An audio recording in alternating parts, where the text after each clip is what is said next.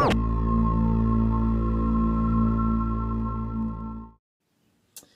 guys, and welcome back. This is part two of our Hasbro 29-inch Millennium Falcon build. Now, I was left off kind of scratch building a lot of these sidewalls, trying to work on the cockpit, 3D print a new cockpit. Well, had some issues, and this one, my printer, my longer Orange 30, is the LCD is going bad on it. Part of that's my fault. I didn't clean off the plate. It had a little bit of leftover like supports on it, and I lowered it down, and it damaged the LCD screen. I've done that twice. I've replaced the screen once. I'll probably replace it again. But I bought a new printer. I'll talk more about that in just a second. However, this one, I never was really happy. The print wasn't all that great. Let's see if I can get it more in the light here. But when I went to kind of test fit it on the two parts of the Falcon, you can see here where it's just cracked. Because originally my build plate wasn't big enough to fit it all on there. And so I kind of split it up in two parts. So it just didn't work out very well. So this part is kind of trash. I may try to reprint that, but since then, I took the original part and cut away all the plastic from the windows, and that actually, I think, turned out pretty good. I used my Dremel and cut with a small drill bit, cut a series of holes around the edge, and then took a X-Acto knife and cut the remaining and trimmed away.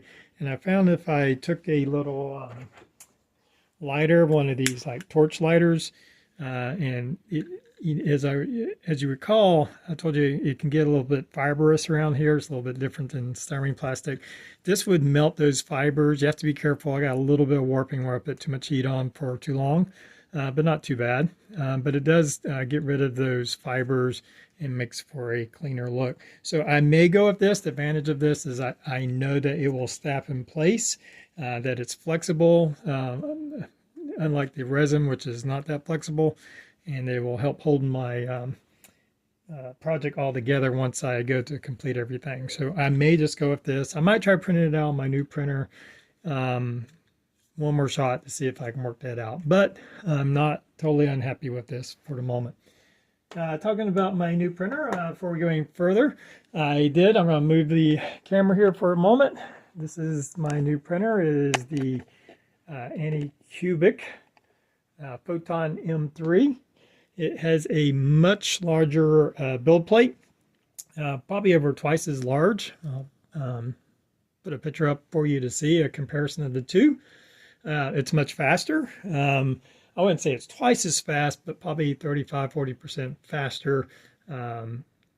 It was on Amazon. It was one of the big points is I wanted the bigger build plate. This was probably the best price one to get a reasonable upgrade. I didn't want to just get another printer with the same build plate. I wanted to upgrade. This was a little over $300.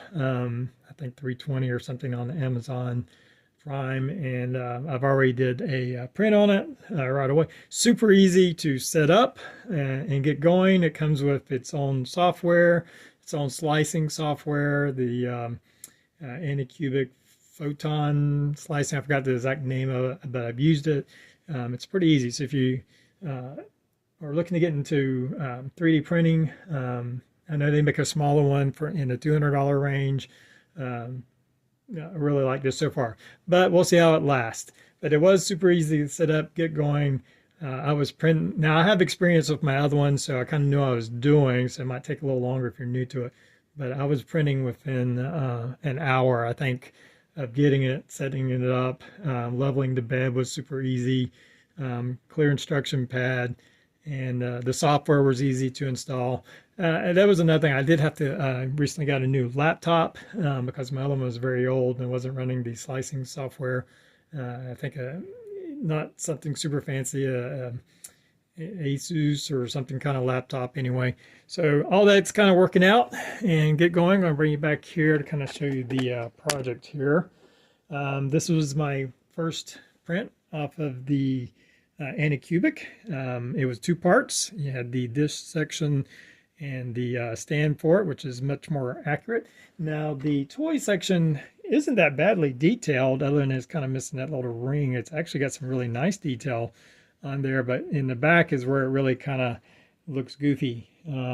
It's all one piece. It kind of snaps in. This was on Thingiverse file. I forget exactly where I found it. But if you look up like Millennium Falcon or YT1300, you'll see a bunch of different things that you can print out. I did have to resize this to get it to fit right or to look right, to get it in the right shape. This was off my longer 30. It was a little bit smaller. I don't know if you can tell, but there's just a lot of little flaws where my LCD screen was going bad. So I wasn't happy with that, but I am very happy with this. Now I had to drill out, as you can see, I just took a cutting wheel and cut that out, and this will fit now on top of that, like such, and I'll glue that in place. I may trim off this little raised edge right here to where this will sit more flush on this stand right here, but it'll be positioned something like that. I've worked on, this is going to be the engine light diffusing, the diffuser for the engine lights.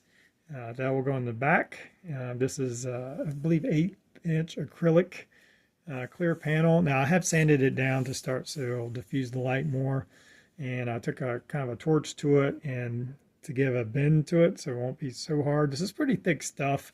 Probably overkill for what I need on this, but I just have a lot of this on hand, so trying to use this other than spending money on some clear styrene. A little bit more touch-up work to do on that. And I plan on adding, I printed these out. It's an engine grate. There's another one I found. I think it's made for the D'Agostini model that's a little differently detailed. And I might try that. I was just messing around, but it will have some kind of grate on it to give it some visual interest other than this a blinding light in the back. So that's where I'm at right now, and we'll just keep moving forward. All right, well, here I have my light diffuser attached. That was that clear acrylic. I sanded down on both sides to help diffuse the light. I used some 2-part epoxy, 5-minute epoxy to attach it. And I just had to use a lot of clamps to kind of clamp it in place, let that dry. Once it was dry, I did go back with a little bit more CA glue, super glue, and some of the cracks just to kind of make sure it was bonded good. I may put a little bit more, but I feel like it's in there pretty nice. I don't think it's going anywhere. I did kind of warp it with some heat a little bit more so it would contour to the roundness of this engine. So that's in place now. Of course, we'll mask that off when it comes time for painting. Let's flip it over. I did hollow out this a little bit more so that our radar dish will now sit more flush like that. And I think that's looking pretty good. And I have printed out a quad gun, excuse me. Now, I'm not totally happy with this one. Let's see if I can get some little bit more light on this. I found it on Thingiverse, and the barrels are just way too thick. But I haven't found anything else right now to kind of replace it. I did add some greeblies on the top and sides to give a little bit more detail. I drilled out the ends a little bit more to make those barrels look a little bit more open. And so that's just kind of there for now until I can find something better. I may have to order one on Shapeways because I can't find a good file for the quad guns.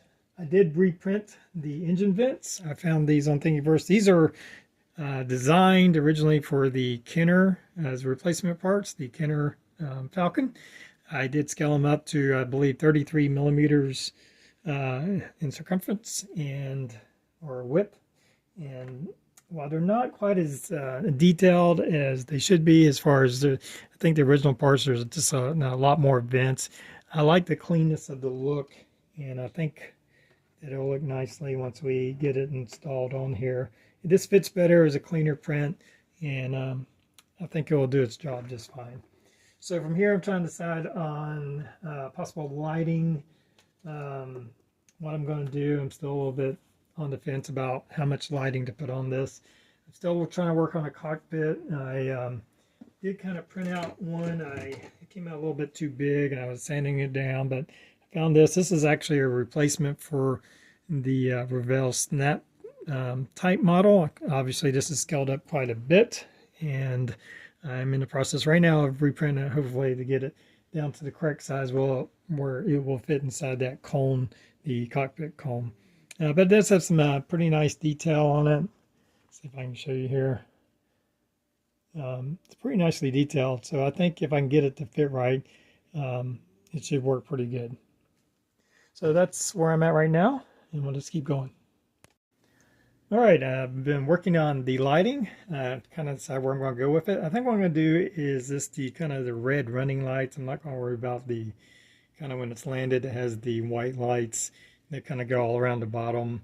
I don't want to light it up too much. I don't want it to look like a Christmas tree. But I do want to have some lights onto it to give it some life. And I'm just going to use fiber optics. I thought about putting some LEDs, like some 3mm LEDs, but I think that's just too much. It'll be too bright. I don't want it to be overwhelming brightness. I just want it to be subtle lighting. So I'm using this 1mm fiber optics and looking at some pictures, kind of come up with some locations that I believe were somewhat accurate.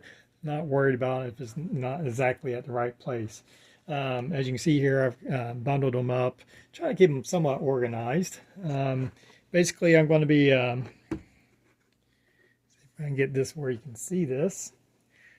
I'm going to have a couple. These are all going to be red, and a couple here, a couple here.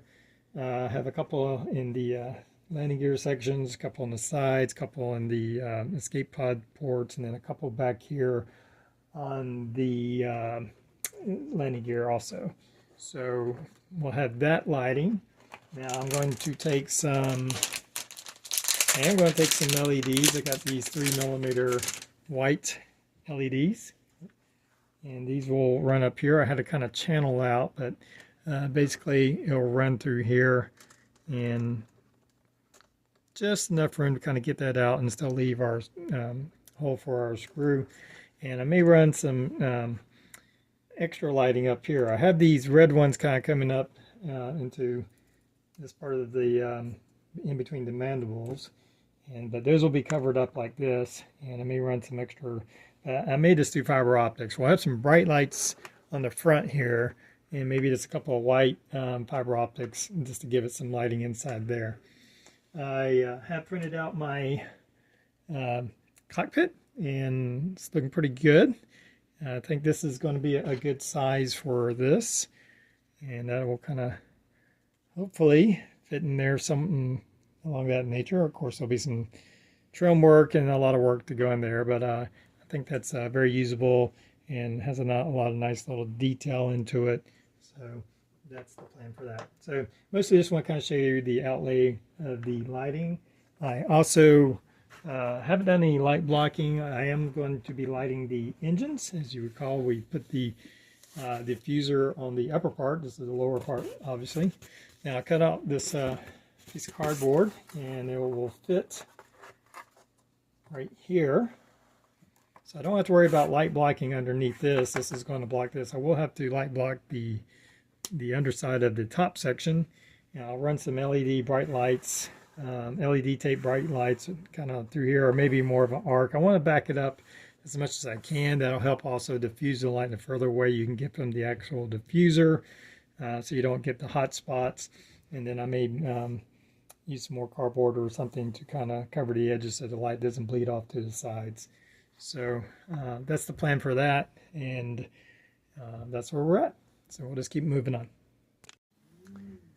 All right, as you can see, I've got my engine lighting attached to the bottom of the ship. I did change out the cardboard for some dollar store foam board to just brighten it up. I was doing some test lighting with the two parts put together with just the cardboard, and it seemed a little kind of dark. I think this helps brighten it up in that engine area. I also attached something similar on the top section, so it kind of sandwiches this light in and focuses that light. You can see some black paint for light blocking just in case it wants to escape around there. I have my fiber optics kind of bundled all up, and I have this round styrene tube. I think that's like 10mm tube that I have painted it black just for light blocking purposes. And I have 4 red 3mm LEDs, so I guess that would probably be more than 10 because they all fit inside of there. and I'll run this over here, and then all of these will feed into that. So they'll have one light source, but it'll be multiple LEDs in case one goes out. There will still be several left to give it lighting, and I tested that. That worked pretty good. I did reprints the engine grilling. This was a little too thin, so you can see I went much bigger, kind of covered the whole surface, and those will mount down here. That will come in later. I'm also in the process of redesigning the guns. I've been messing around with Tinkercad and trying to change the guns. So as I'm speaking now, the first print of the guns is working. As you can see, I had this one. It just had those wonky barrels, and I first kind of created these barrels in Tinkercad, printed it out, and I think they actually turned out pretty good, just gluing them on. But now I've redesigned the whole thing. I took the base part that was on Thingiverse and figured out how to load that file onto Tinkercad, which is a 3D software that's free that you do online, and I actually modified the barrels so it's all one piece, so there's a whole gun, and I'll show you that probably in the next video, because I think I'm going to end it here and keep this pretty short. I know I haven't loaded a video in a couple weeks. A lot going on right now, so it's just been difficult to do work on the project. But I did attach my, I don't know if I've said this already, I got my 3mm white LEDs in place, and they're working. You can see I had to kind of bend them in there, but they do work. They will bend a little bit and still work, and kind of glue them around. I had to cut some trenches in here to get the wiring through, and of course I have to attach all that lighting. Working on the cockpit and different things like that. That's still in the process of drying. I do have this one part that I printed out. This will be the back part of the cockpit, obviously, with the door. And I printed this out with clear resin. As you can see right here, it is clear on the back. Then I put several like primer and black coats to light block it. And I'm just going to put a light source behind it, and then drill away and cut away the light sources and put some transparent paint. I've already started doing some red in there. I don't really have, I don't know if that's showing pretty well, but it'll light from that end. So I am working on the cockpit. That's slow. Over here I did buy a projector mount. This is going to be what holds our Millennium Falcon in place. You can see it's highly adjustable, and it basically goes on this stand, and it'll be very adjustable to different kind of angles. And I also have these standoffs that came to an old TV mount, a wall TV mount I put up. Not old, I actually put it up not too long ago. But I'm going to use these to kind of get the Falcon to stand away from this mount here. And you'll be able to see the bottom a little bit better. So that's the plan on mounting our Falcon. I'll probably just have some kind of plug attached to where I can plug in the power source for the lighting. So that's where I'm at. And I think I'm going to end the video from there. Hopefully the next video will be starting to get close to closing in. Now I may decide to start painting it in halves. So that way I can kind of attach it and then work on the fine detail. Unsure yet if I'm going to try to attach it and then paint it all at one time, or do the separate halves. But that's what I have for today. Thank you for joining me. Hope you enjoyed the video, and I'll see you next time.